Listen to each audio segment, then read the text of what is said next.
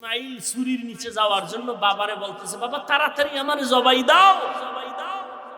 সাতাজিদুনি ইনশাআল্লাহু মিনাস সাবিরিন, ইনশাআল্লাহ আমাকে ধৈর্য ধারণকারীদের মধ্যে আমাকে পাবেন রে বাবা, আমাকে তাড়াতাড়ি জবাই করেন, আল্লাহর অর্ডার তাড়াতাড়ি পালন করেন।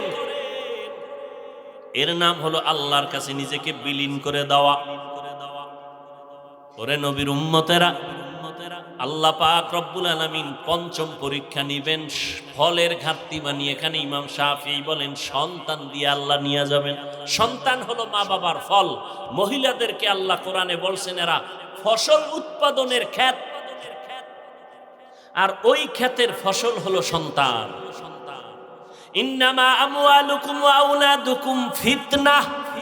আল্লাহ বলেন সন্তান আর সম্পদ হলো মানুষের পরীক্ষার বস্তু।